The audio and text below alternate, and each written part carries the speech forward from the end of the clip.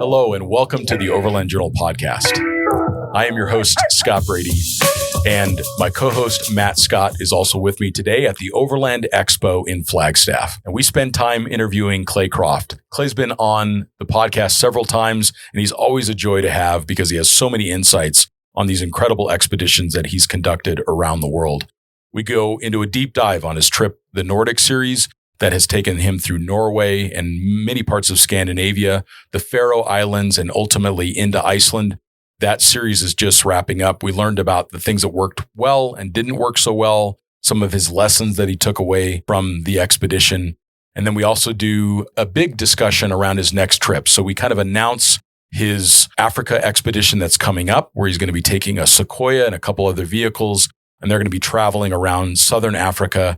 We have a great conversation with Clay. He always has tons of insights on vehicle preparation, expeditions, and just traveling as a family. So please enjoy our conversation with Clay Croft. And a special thanks to Rocky Talkies for their support of this week's podcast. Rocky Talkies are backcountry radios designed by a small team in Denver.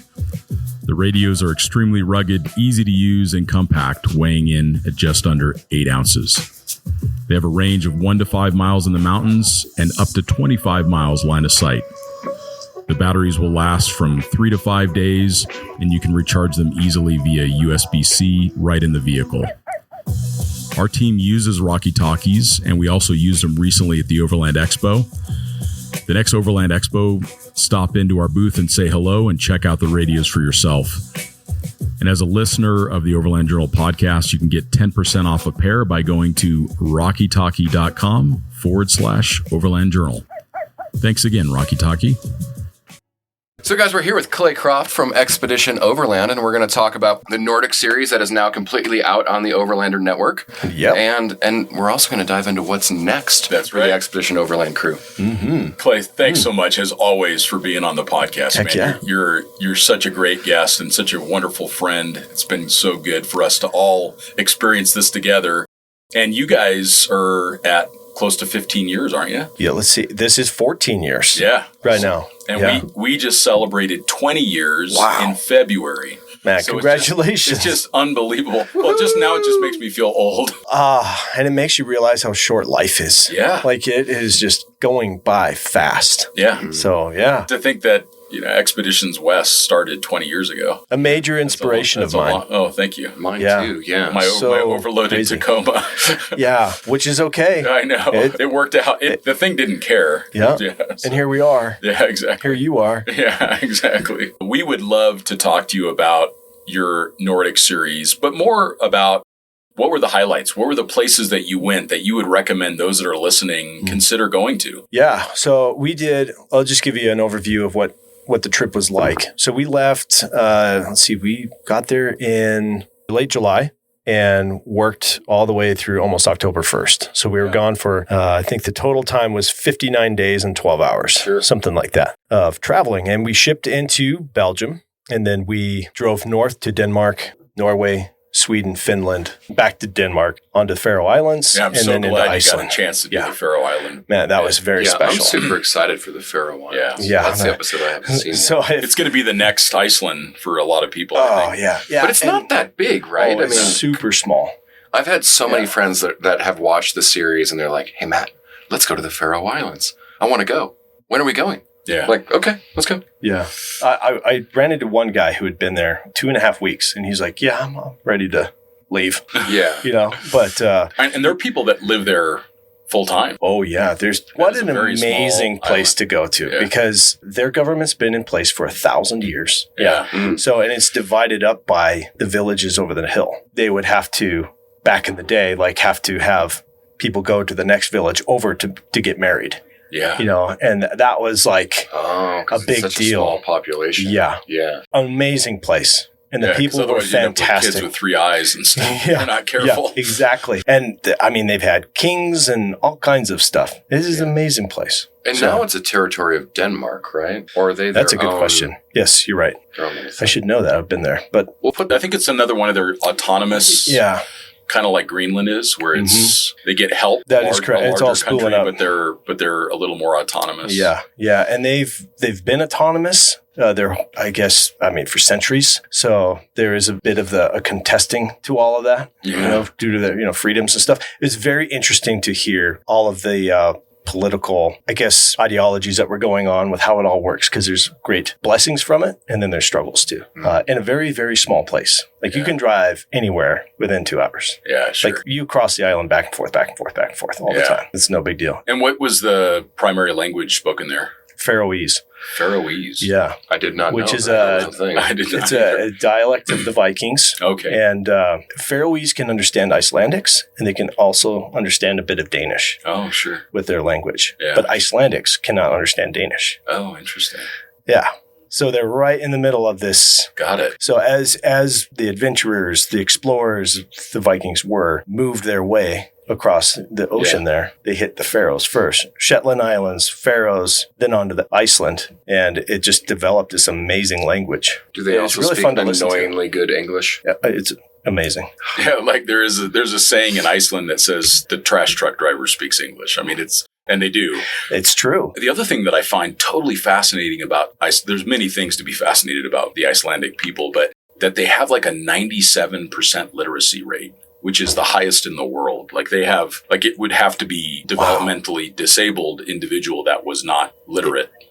So everyone is literate. Yeah. That can be. Iceland is an amazing place. It's the first time I was there for 2 days on our way to Greenland that one time. Yeah. But right. I stayed in a hotel and I slept and I made sure that I was ready to go for the Greenland expedition. Right. I wasn't doing anything else. I didn't travel. So this was really my first time to go there and experience it. And I'm blown away. I can't wait to go back to Iceland. You could spend a lot of time. Yeah, and it looks on a map, it looks very small. But if you want to go into the interior, you're not going any place quickly. Nope. You're pretty much, other than there are a few roads that go into the interior, like into Thingvellir and those areas. But if you want to go into the interior, you're on dirt. You're on dirt the whole time. Yeah. Yeah. And you do need a proper 4-wheel drive to get in there. I mean, the Jimny is the bottom baseline car that you could use. And even then, there's several places that Jimneys were having to turn around and not be able to. And it's mostly the water crossings. Yeah. It is. The Jimneys are just, even though they're very capable, but they would get swept away easily.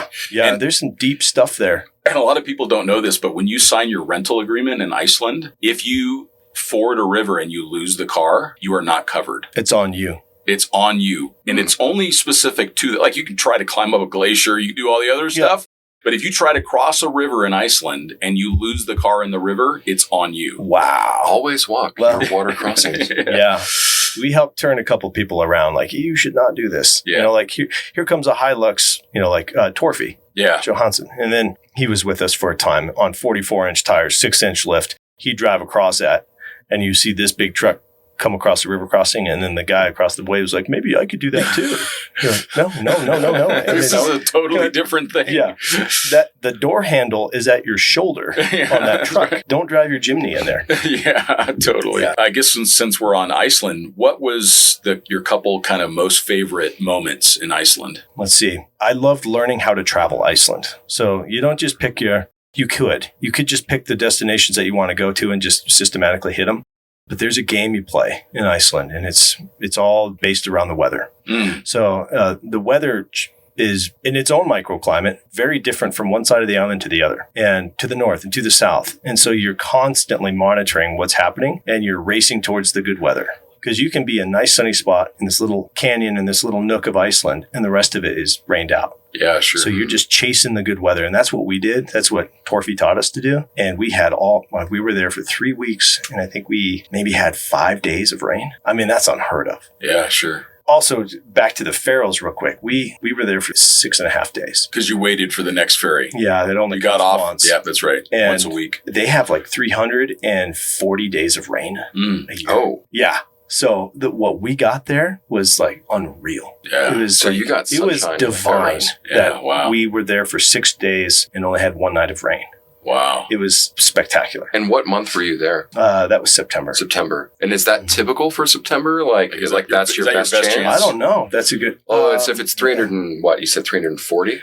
Yeah, it's like crazy high. And there was rain throughout, but it would like come and go and it'd be gone. We had sun. Yeah. So, while we're on the Faroes, it is an accomplishment to get a vehicle there. You have to get, if you're going to ship your vehicle from America or wherever, it has to go to mainland Europe. Mm-hmm. And then do you leave out of the Netherlands or do you leave out of Denmark? Leave out of Hirtshals, Denmark. Okay. And then it's a ferry that takes you to Iceland. But do you think it's worth, like, for Americans that want to see the Faroe Islands? Like, can you just rent cars there? If you really want to just go see the Faroe Islands, the way to get there would be to fly into them, rent a car. Once you have a car in the Faroes, they're not really built for eco travel with vehicle-based travel. Yeah. There's, like, we were camping on soccer fields and stuff. Okay. Yeah, there's just, and there is a camper van presence there, but they were also parked on the soccer field. So there's they're very new to tourism. 10 years really is all they've been open for this. So rent a house, rent a car, and I guess since it's so small, just travel around and go see it. But if you already have your vehicle there, it sounds like it's definitely doable. It's totally doable. Yeah, and it's a stop along the ferry route. It is worth it. It is worth it. And then how long did that ferry take from Denmark to the Faroes? That was 2 nights. 2 nights. Okay. So and you're primarily going northwest? North. It's more like west-northwest. Yeah. Okay. The seas were good. It wasn't anything to shake a stick at, as you'd say. Was it pretty full? Was the ferry pretty full? It was. Yeah. Oh, that's good to hear. Yeah. I'm glad. And they're only running one, and they used to run it more. So, but I think it's ramping up now. Post-COVID, things are still turning back on. A lot of people will stop there for just the afternoon while the boat's there. It's called the Norona. Norona. Yeah, MV Norona. Yeah. Great ship to travel on. It's the nicest ferry I've ever been on. Like, it beats the Alaska Maritime Highway. It's like twice as nice as that. Wow. It was awesome. So you have your own little stateroom and I don't think you can camp on it. It's not like the Alaska Highway where you can camp on the deck or anything. This is huge open water and you're inside. Interesting. So, I think one of the things I've learned from my travels, and not necessarily Faroe Islands and Iceland or whatever, Nordic countries are very, very expensive. Yes. So what was it like when you were on the Faroe Islands? Obviously, it's so remote. Everything has to come in by boat or by plane. Was fuel available? Mm-hmm. Insanely expensive? It didn't seem, I don't remember the exact prices, but it didn't seem to be any more than like what it was in Iceland because they're using all the same it's just a stopover. Yeah. Okay. And the Faroes run off of diesel. That's how they power their islands.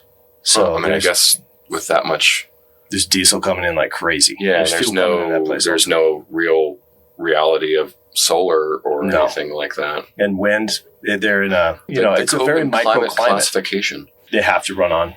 Yeah. And they do have like hydropower systems, but it's mostly like 80% of their electricity comes from generators. Whereas Iceland is able to generate so much power from all the thermal effects. Yeah, really fascinating. And then how many days was the ferry from the Faroes to Iceland? So that's just an overnight. So you get on in the morning, and then you're on it throughout the day, then overnight, and then by morning, about 8 a.m., you were arriving in Iceland. Yeah, so where did it come in? Where did it come into? Sigurðarfjörð. The words are hard. But it comes in, does it come in on the eastern side of the country? It comes in on the northeastern side. Oh, got it. Okay. Yeah. All right. So we had Ashley fly in and our guy Tanner, and they flew into Reykjavik and then took us a puddle jumper over the top of the island to meet us up there. Sure. Yeah. Perfect. So we started up there. And in Iceland, did you kind of do the whole ring road around or? So in Iceland, there's a road called, is it the One? Yeah. I think they call it the One, but it's the ring road. And it was built in the 90s. It hasn't been around for that long. Recent. And it circumnavigates, kind of goes all the way around the island. And you can drive it in like what?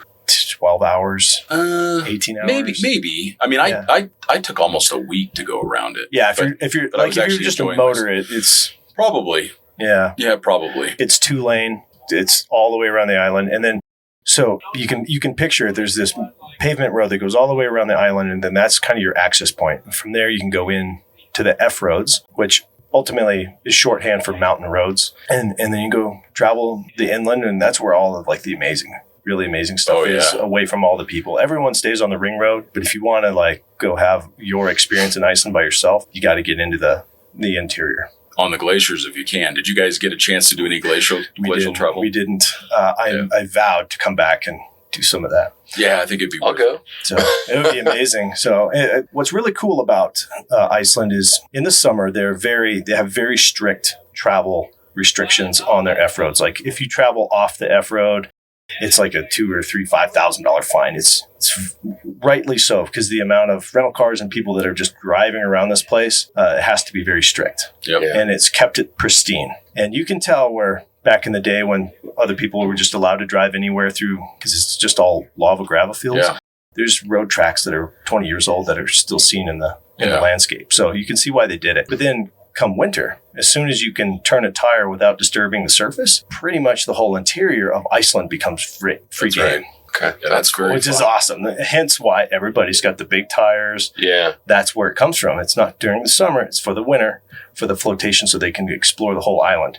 And then that's when we should get up into the glaciers. Yeah. It's pretty fun. And spring is a great time because you start to get light, but there's so much snow still on the interior that you can travel anywhere you want.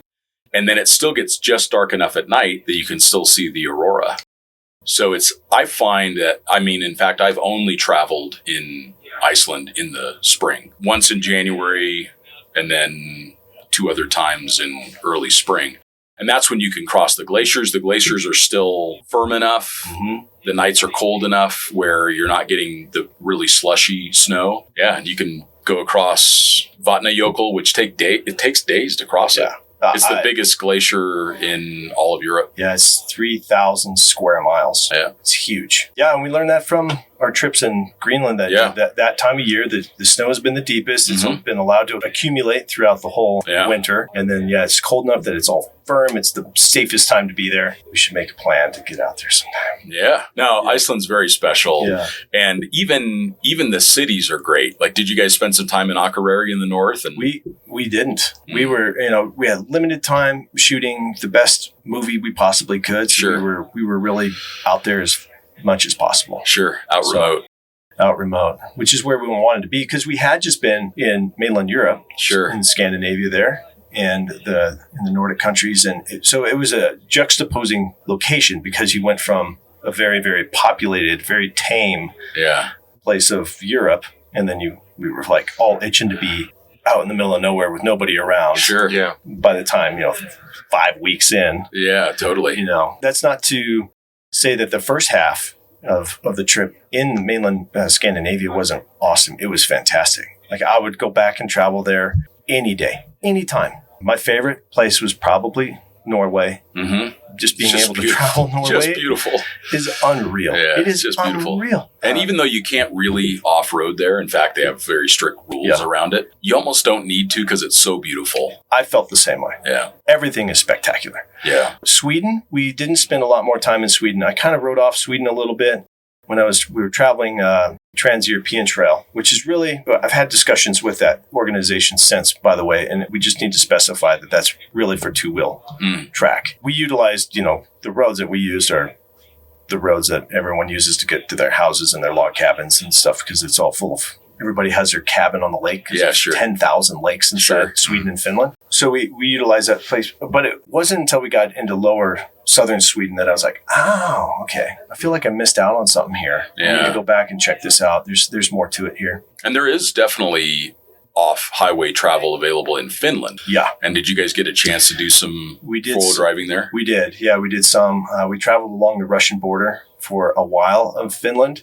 which is really fun and exciting and just interesting, especially due to current political scenarios going on around the world, and just to hear all kinds of different perspectives and be along the Russian border at the same time all this stuff was happening. It's very interesting. One of the things that I remember is I was middle of nowhere in Finland, and I'm driving along this 2-lane road, and then all of a sudden it became like an 8-lane highway for like 10 miles, maybe 5 miles. And then it went back to a 2-lane road. And I'm like, I researched it because it was the weirdest thing. Yeah. And I researched it, and those are like improvised runways. Oh. Gotcha. So they just use the road, and then they just create this huge concrete I've runway. seen that in Australia and in Africa before. So but it's there for defense. Okay. Because it was fairly close to the Russian border. Yeah. I didn't come across for planes that now fly over the poles, if that's also part of an emergency. Oh, it could be. Too. Yeah, it could be defense first. Yeah. We traveled all the way up to the north. I'm fascinated by the Arctic regions, so anytime you can get above the Arctic Circle, I love it up there. There's just some magic to it.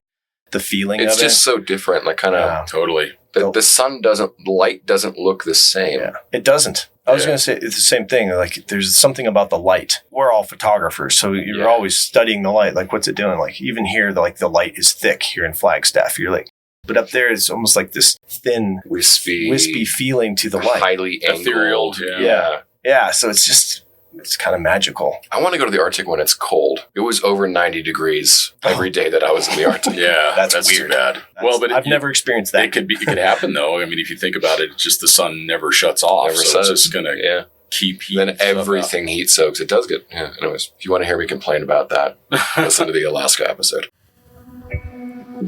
And a special thanks to Onyx Off-Road for helping to support this week's podcast. Going further on your adventures is about having the right tools.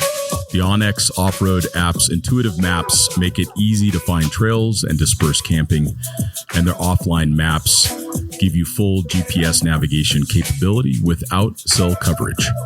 I'm also really excited about their new route builder for planning and sharing custom trips. It's got a snap to trail tool where you can just drop points where you want to go and a route automatically connects to the closest road or trail. You can build, save, and add routes to folders and share your entire trip with your buddies. You can find out more information on onxmaps.com. You can also find their apps in the Apple Store or whatever other device that you use. Thanks again, Onyx.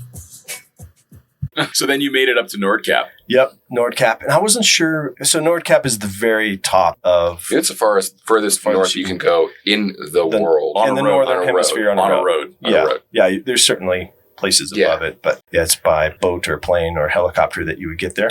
Or like we did in Greenland, we drove Hiluxes up to it. Yeah. So we were almost 10 degrees further north latitude. Yeah, so technically we've been the furthest, but that wasn't on a road. It was not on a road. But that's what Nordcap is, the furthest point north that you can drive on a road. And I had no idea, you kind of, it's just this dot on the map and you get there. You wonder what it will be like when you actually get there. Will it be as cool as you think it is? And of course, it's touristy and has some stuff. It's very remote. It's not really near anything. Not at all. You got to drive up there. But there just is something about these far places, these far dots that have magic to them as well. I think people that go there, it's real. They have to have a reason. It's purposeful travel. Agreed. And historically, it says that that's true too. Because when we got up there, I had no idea that there's like kings that have traveled there. There are deities of all kinds of from all over the world have made their way to this point. That's fascinating. Yeah, I didn't know. And they used to have to. It's right on this cliff edge. Very, very steep cliff. And in the olden days, before the road was ever there, they would take a ship out to it. And then they would dock it. Then they'd row the people to the cliffs, and they had fixed ropes. And you had to climb the ropes. It wasn't anything like Everest or anything like that, but, you had to use the ropes to get to the top to stand where you can stand today. The kings would do that. And wow. This place has significance in history.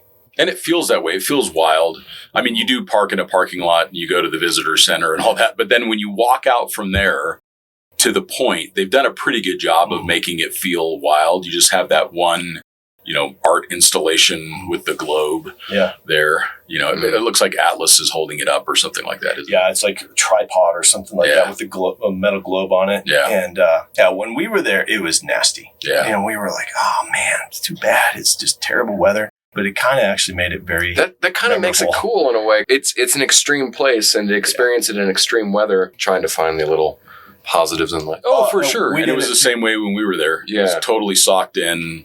Nasty. See, I'm really interested in Norway and Scandinavia. That's, kind of where, I guess, where my family came from part of the world. And I want to do that as a grand touring trip, though. That's kind of my thing. Because from what I understand, it's very first world Norway, high perfect roads, like perfect roads, that kind of thing. But like the bridges are amazing, and the tunnels are amazing. And we counted 86 tunnels. Yeah, wow, we went through 86 tunnels. And you think about the kind of money that Norway has to just be like, we're going to build a tunnel like 12 miles across the ocean. Oh, they have that fund from all the oil. Exactly, and it's their sovereign wealth fund. I think is like per capita, like gigantic. Yeah, they're one of the few countries with no debt. Norway is an amazing place. Yeah, it's an unbelievable How was place. The camping? So any wild camping, or are you more cool? Some, I mean, it's all kind of tucked away just right off the main road here. But there's so much geography to the place that you kind of just go around here and tuck in, and you feel you're good. You're by yourself. I mean, like some nights were you in campsites that you kind of had to arrange? Like often. Yeah, I mean, it's Europe. It's kind of just to be expected. Yeah. And the further south you are in Norway, the more you have to do that. Yeah. And a lot of times you want to, because these campsites are at the end of the fjord, on the water. Yeah. And you go down and it's perfectly manicured grass, but you have this view of like one of the most beautiful things in the world. I've really started to change my opinion on, I'm going to call them campgrounds or, even the occasional RV park. Sometimes it's just nice to know when you're going or where you're going, where you're sleeping when you're gone for so long. That is a stressor. So it's interesting that there are wild places that you can camp, but it's just part of that experience. Yeah. It's just they don't have off-road routes with remote camping, really. Yeah, we're really blessed that we get to do that in America. I mean, there's obviously a lot of places in the world that you can do that. But I like the fact that you don't have to do that. It's like overlanding, and I think that's interesting, is that a lot of times people think that you have to be off-road and camping to be overlanding.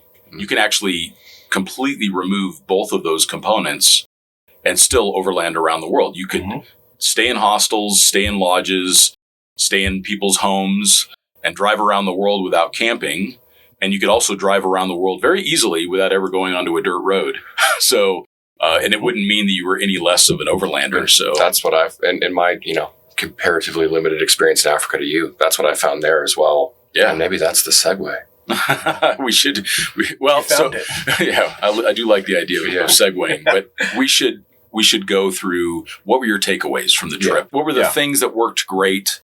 What were the things that didn't work so well that you would do different? The things that worked great, 3-truck team, 8-man team was good. Our camera worked really good. On the technical side, everything seemed to work really well. Being able to live in camper systems is definitely how you will thrive in those countries, because you can do it all. Everybody is living out of rooftop tents or ground tents or whatever.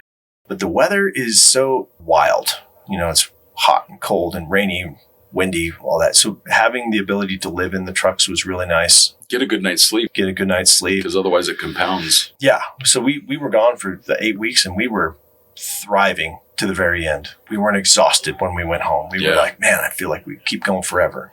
So I think the truck choices and how they were built was really good. We were eating well, sleeping well, felt great. The travel there is extremely easy. It's all open borders. You drive through them. Like you go to Norway to Sweden to Finland, like you go through Montana to Wyoming to Colorado. Right.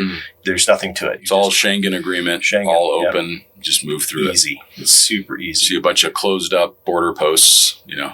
That's just not, hopefully they never need them again. Yes, let's hope so. I went into the Norway, Finland, Sweden section knowing that it wasn't going to be a lot of off-road travel. It wasn't going to be very... Doesn't mean that it's not incredibly beautiful. Yeah, totally. Yeah. We had been warned about it, by all kinds of people that travel there. And so we set the expectation that we're going here to really experience culture, history, and see the beauty for what it is, and just love being there in that part of the world. And that was the best, because we weren't like, oh man, there's just not enough dirt roads out here. We never had that. Set the expectation. Yeah, you knew. Yeah, and we just loved it the whole time. And we knew that by the time we got to Iceland, we'd have that.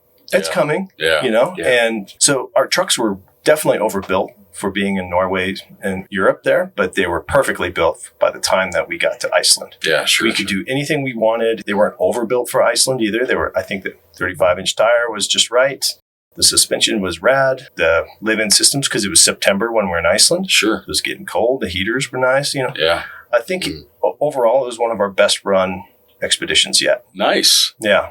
What changes will you make for future trips that you learned from that one? The only thing that we've done internally is we've gone back down to a 7-man team going into the Africa trip, which will leave room for a guide. Having Torfi in Iceland was remarkable. Yeah, it makes a huge difference. I definitely want to have more local people travel with us more often. I think that's really cool. Probably missing out by not having someone local. And I remember when we went through Russia with E7, we had Andre with us. And that was the first time that I traveled anywhere that had, a fixer or a guide with us. And Russia required him to be with us, right? It did not require. Oh no, but that was a requirement that I had. It was like I told the rest of the team, I'm like, we're not going across Russia with it because they just don't have a lot of English speakers, totally, and it makes the right move. It makes it very, very challenging. It doesn't mean you can't do it, but it made it a lot more enjoyable because we could communicate with people. Yeah. We had a translator. We had a translator that we can communicate with the locals, and he could fix things with the police and everything else like that. So that's the first time I saw that. Yeah. And I was like, when I look back, that enriched our experience a lot. Yeah, totally. Because, it's about the travel and the experiences that you're coming out with. Yeah, that's right. And they compound that. Yeah. You're going to learn so much more, like just riding around with a guy like that and being able to tell you everything. Yeah, and in the same way people think overlanding is this, you have to be wild camping, you have to be off-road. There's also this kind of element of it, I feel, where people think that they have to be leading it. They have to be in control. They have to be discovering. We found in our travels, some of the best trips, some of the best food we found, some of the best places we found, they come from local knowledge, and it's important. There's a mindset shift that I see between what we call domestic overlanding and international overlanding. Yeah. Domestic overlanding, we're really focused on our own journey, getting out, being our own little self-contained unit to escape. As soon as, for me, you cross the border and now you are a guest in another country, the perspective of you having to do everything really does kind of go away. It's fun to be self-reliant. Yeah. But it's even more fun to have someone there to take you through things. And to experience the culture. To experience it. Yeah, kind of. That's a great way to look at it. In the desert Southwest, or in Baja probably even, you're kind of escaping to the wild places. Whereas when I'm in some new country, I want to try the food. I want to see the museums. Yeah.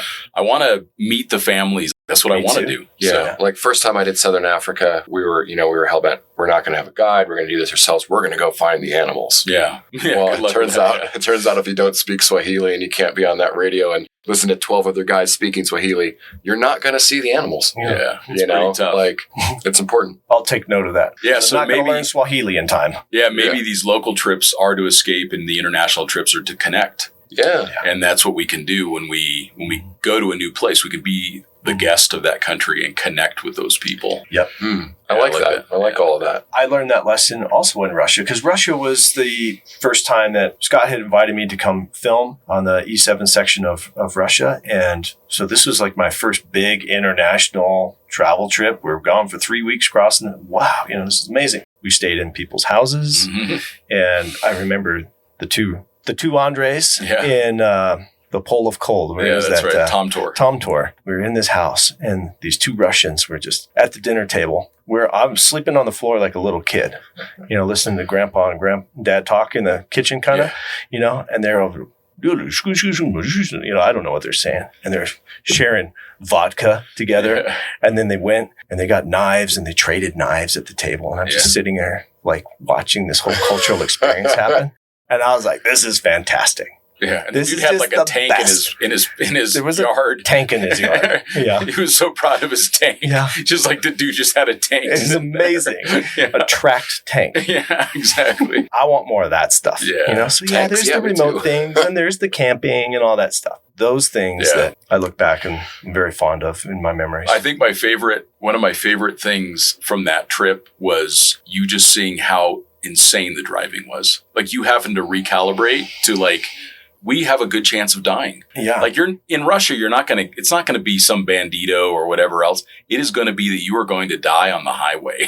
Yes. Like the only thing in Russia that's going to kill you is some dude in a 7 Series going 160 kilometers an hour. It was insane. And I don't think I've been anywhere since that is that insane. of the top 5 times in all of my travels that I nearly died, 3 of them were in Russia. That's amazing. And Clay was in the car with me for several of them. Yeah. Well, remember the bridge where the guy was passing on the bridge. Yes. Like, I don't know how I didn't run into the guardrail. Or when we were coming around the corner, I'm drifting sideways, and then here comes a Audi drifting sideways the other way. And I did like this momentary Scandinavian flick that like brought me around. Yeah.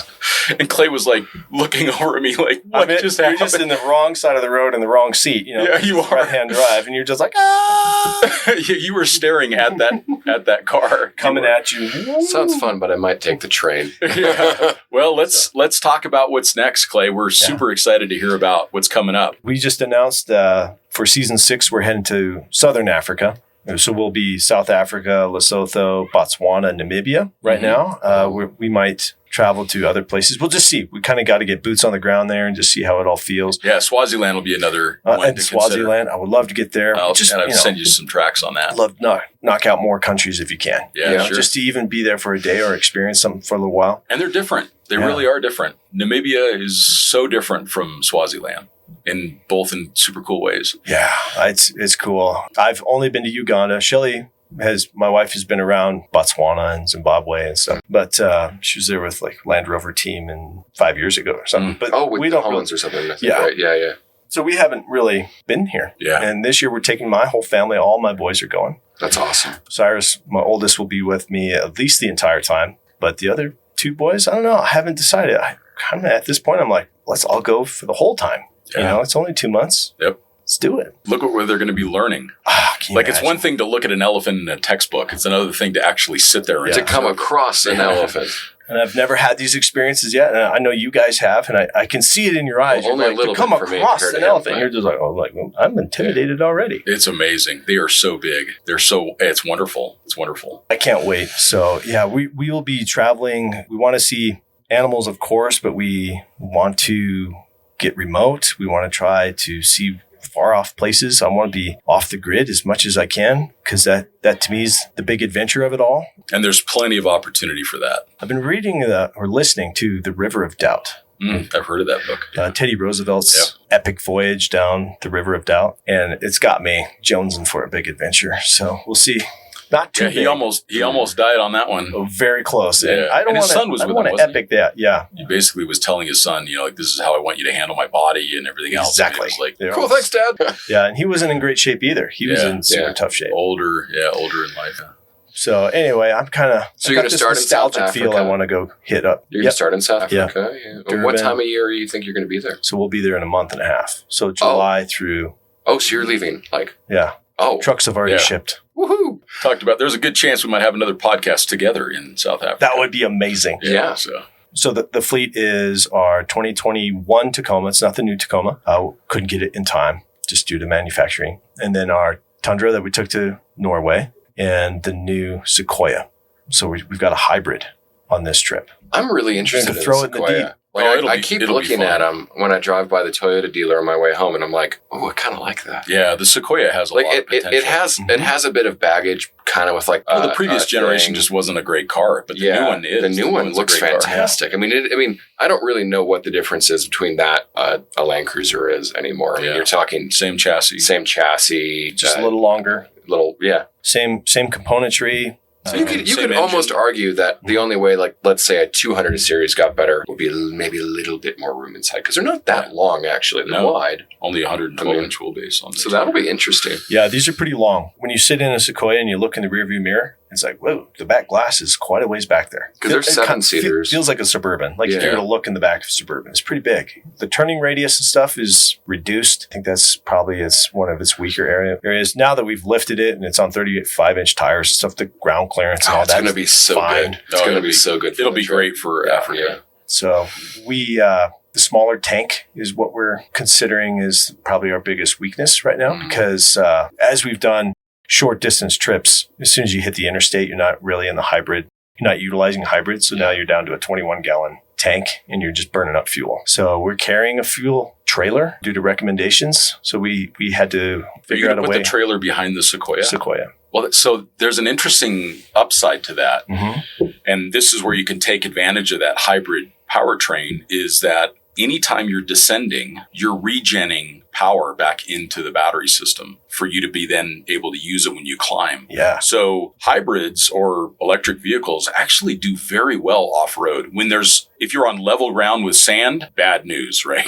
Because you're not getting any of the benefit. But if you're climbing and descending, you're constantly regenning power back into the vehicle that you can then use to make the next climb with. So you'll find that it actually does pretty well in those scenarios. Yeah, I'm really excited to figure out the fuel formula. Yeah. And like, how does this work? Where are the advantages and disadvantages of this? It's a massive experiment. Yeah, sure. And which is fun. And you're just, other than the skeleton coast, you're just not going to have an infrastructure problem. There just isn't that much. And I think there's fuel in Movie Bay now. Yeah. There's fuel. Yeah, unless you're just doing the really remote stuff, which, that you probably need 400 or 500 kilometer range, 600 kilometer range maybe. How big is the tank? 21 gallons. 21 gallons. Oh, that's Paquito. Yeah, it's Paquito for a big truck. Yeah. So we built an AT trailer. Had a trailer from Mario, one of the last Chasers. Oh man, Chasers are so classic. Yeah, so that's perfect. Nice and light. We ordered I think it was from one of the truck surplus sites. We ordered a 100-gallon toolbox fuel tank. Oh, that's smart, because then you don't have to carry all of these jerry cans and think of all the mounts for all of those things. Yeah, and we learn these things in Greenland.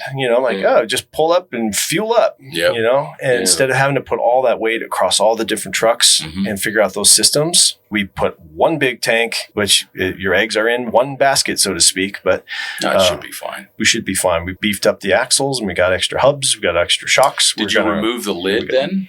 So the lid in the top of the lid is a toolbox. So it doesn't look like a fuel tank. No, I mean the lid of the trailer. The Chaser, does it have its own? Yeah, but no. So this is just a flatbed version of it. Oh, it's the flatbed. Yeah. I called Mario. I want one so bad. I know. That everybody wants. I called Mario. The AT flatbed. Yeah. In the Chaser. Yeah. I don't know if there's that many out there. There's not. I have like 2 friends that have them, and I'm like, I know. You better let me know when you want to sell them. Yeah, it's one of my favorite things. Yeah, because you haul your motorcycles, whatever you want. Go to Home Depot, works for all that stuff. It does it all, and it weighs nothing. Yeah, they're really lightweight. So, that's awesome. Yeah. That's a great choice. We kept it super light. It's under GVW for its weight ratings. And put it at the back of the convoy, because the one thing in Africa that gets you in trouble with the trailer, charging elephants. Gotcha. You can't back up. That's right. You cannot back up fast enough. Oh. So when they start trumpeting and charging, keep some space and then allow those first 2 vehicles to give that animal the space that it needs. That's your buffer. That's right. So if you got your trailer in the front and here comes the elephant out of the tall grass staring you down on the road, you're just not going to be able to back up quickly enough. Yeah, and that's such a short wheelbase trailer. Yeah, you don't back that thing up fast. It's not fast. You just don't back it up. You just make a U-turn. So you really would just have to turn and burn. Which hopefully you'd be able to, right? So just stick that trailer at the back. Yeah. Well, we wanted an adventure, and it sounds like we're going to get it. Absolutely. I mean, Africa is the place. Yeah, it is the place. It's in my experiment. It's become kind of my new happy place. Everybody's got. you can camp. You can stay in a 5-star hotel anywhere. You just have rosé. So many options. They make rosé there. Well, and it's South African, and it's so cheap. Yeah. Exactly. On my honeymoon, they're handing me bottles of it. Yeah. Drinking rosé in the back of a safari car while looking at like leopards. Yeah. It's kind of straight amazing. Out of the bottle. That was a great honeymoon. I hope to be drinking a rosé looking out of the back of my car. Yeah. In Africa. Yeah. So we're excited. Well, that sounds fantastic. So you've got 3 vehicles going, you got a trailer going, you got a 7-person crew with the opportunity to add some local guides along to support, which I think will make a big difference. The one thing that I noticed with locals is that their vision is attuned to the animals. So like when we would go with Jess from Easy On out on a safari, I would not be seeing anything. Gotcha. And he'd be like, oh, there's the leopard right underneath the bush over there. And then he'd point and I'd be looking and I have really good eyesight. And I'm looking and then finally it would whip a tail or something and then I would see it. But he saw it just driving down the road. The locals that get into the bush a lot are well tuned to seeing the animals. Like you see a deer or an elk because you're used to your environment. Like when the animal stands out, you become attuned to it. So the locals really help for that. It's going to be good. Sounds amazing. Sounds amazing. Well, what else is going on, Clay? You've got the Overlander Network. Yeah, so this year, up and running. Yeah, we've kind of done some business restructuring with XOverland. So we've had the Overlander Network. We've had the Overlander clothing line. We've had all kinds of different things that we were trying to do. And this year, we just said, you know what? We're going to pull it all under one house, all one brand, manage one thing. So we pulled the network. It's now the XOverland Network now, and XOverland's website, XOverland Film Fest, all that. It's all under one house. Nice. Which when we did that, it was like a breath of fresh air. Like, okay, Yeah. We're focusing on one thing. We got it dialed. So that's kind of the big news. We're working hard on the network. I just saw that you just added another series for travelers. We got four new series that we're working on right now. So we got Dust to Glory. Richard and Ashley are out shooting right now. They produce an episode about once a month or so as they travel and do their thing.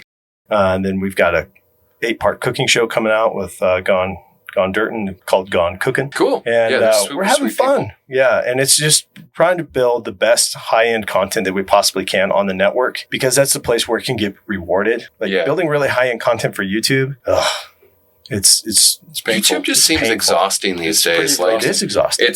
We call it the hamster wheel. Yeah. You know, and you're always, wheel of death. Yeah. You're just chasing everything. And so really high-end quality stuff isn't rewarded. So we're trying to be that place and produce really good online content, but it's behind a paywall. Yeah. But that's how it gets done, you know? Yeah. Well, it's not fair for people to expect you to do it for free because it costs a lot of money to produce high quality. Well, I know I need to get my subscription. So we got all kinds of stuff going. You guys have a great podcast. You guys are doing great on that. Oh, thank you. Yeah. Check out podcast the XOverland podcast as well. So you guys are doing awesome work. It's always just such a pleasure to see you, Clay, and see your family and see how well you guys are doing. Thank you. Yeah, you too. You too. And I haven't seen you in a while, Matt. It's been too long. We've been chatting back and forth, but it's good to sit down together. Yeah. Clay, anything else you want to share with the audience? Any updates you want to give us? No, we're just kind of cranking on, working hard to build the best brand we possibly can. Thanks to everybody who watches our stuff, listens to our things, and encourages us and gives us good feedback on stuff. I really appreciate that. Thanks for letting us do what we do, and just very thankful for everybody out there listening. Yeah, well, we're thankful for you, Clay, and we're thankful for all of you for listening, and we'll talk to you next time.